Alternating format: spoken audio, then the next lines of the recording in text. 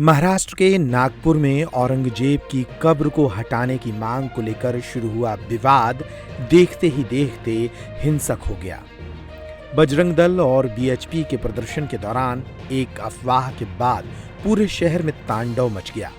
2 घंटे तक उपद्रवी बेखौफ होकर आगजनी और पत्थरबाजी करते रहे। एक अफवाह और जल गया पूरा शहर। बीती शाम महाराष्ट्र का नागपुर शहर 2 घंटे तक जलता रहा। औरंगजेब की कब्र को हटाने की मांग को लेकर शुरू हुआ विवाद देखते ही देखते हिंसक हो गया। आखिर ऐसा क्या हुआ कि नागपुर में ये हिंसा फैल गई? दरअसल नागपुर में शाम को एक अफवाह ने तूल पकड़ लिया था, जिसमें यह कहा गया था कि एक धार्मिक प्रतीकात्मक कब्र पर रखी गई चादर पर धार्मिक चिन्ह था। इसी अफवाह के कारण मामला गर्मा गया और हिंसक घटनाएं शुरू हो गईं। इस हिंसा को लेकर मुख्यमंत्री ने बताया कि इस हिंसा में 12 दोपहिया वाहन क्षतिग्रस्त हो गए और घटनास्थल पर 80 से 100 लोगों का जमावड़ा था। हिंसा की गंभीरता का अंदाजा इस बात से लगाया जा सकता है कि एक क्रेन और 2 जेसीबी समेत 4 पहिया वाहनों को जलाया गया। इसके अलावा कुछ लोगों पर तलवार से भी हमला किया गया। नागपुर हिंसा को लेकर महाराष्ट्र सरकार सख्त बताई जा रही है। महाराष्ट्र के डिप्टी सीएम एकनाथ शिंदे ने नागपुर में सोमवार को भड़की हिंसा को साजिश करार दे दिया। नागपुर में हुई हिंसा की खबरें जैसे ही देश भर में फैलीं, इस पर राजनीति शुरू हो गई। राजनीतिक की लपटें मध्य प्रदेश भी पहुंची। मध्य प्रदेश में हिंदूवादी नेता कहे जाने वाले हुजूर सीट के विधायक रामेश्वर शर्मा ने नागपुर हिंसा को साजिश बताया। उन्होंने साथ ही मुसलमानों को एक नसीहत भी दे डाली। उन्होंने कहा कि मुसलमान औरंगजेब के साथ खुद की पहचान को ना जोड़ें।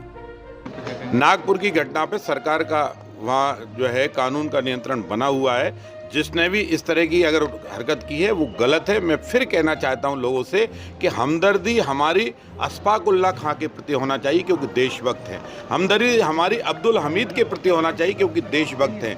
हमारी हमदर्दी एपीजे अब्दुल कलाम के प्रति होना चाहिए क्योंकि वो देशभक्त हैं।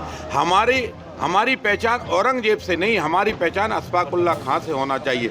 और जो औरंगजेब की से अपनी पहचान बना रहे हैं वो गलत कर रहे हैं। ध्यान रखिए, औरंगजेब लुटेरा था, लुटेरा है और वो लुटेरा ही रहेगा। इतिहास में कुछ चाटुकार उसको महान भली कह सकते हैं, लेकिन महान तो छत्रपति शिवाजी महाराज थे, महान तो संभाजी छत्रपति शिवाजी महाराज हैं। और गुरु गोविंद सिंह जी का परिवार महान है, गुरु तेग बहादुर जी महान है, गुरु गोविंद सिंह जी के दोनों बच्चे महान हैं। जिनने भी उस समय औरंगजेब से संघर्ष किया है, धर्म को बचाया है, हिंदुस्तान को बचाया, वो महान हैं। औरंगजेब लुटेरा था, लुटेरा है। और कांग्रेस से लेकर तमाम राजनीतिक दल और कट्टरपंथी मुसलमानों से भी मेरा आग्रह है कि अपनी पहचान औरंगजेब के साथ मत जोड़ो। औरंगजेब के साथ पहचान जोड़ोगे तो पछताओगे। इस मामले में भाजपा और कांग्रेस दोनों अपना अपना खेल खेल रही हैं, लेकिन महाराष्ट्र का नागपुर जल रहा है। यहाँ हुई हिंसा में कई लोग जख्मी हुए हैं। मध्य प्रदेश में जब ये सियासत शुरू हुई तो कांग्रेस की ओर से विधायक आरिफ मसूद ने मोर्चा संभाला। उन्होंने पलटवार करते हुए कहा कि शूरवीर हमेशा मुर्दों पर ही हमला करते हैं। उन्होंने एक और नसीहत दी कि विकास के काम भारतीय जनता पार्टी करे, ना कि कब्रों को खोदे।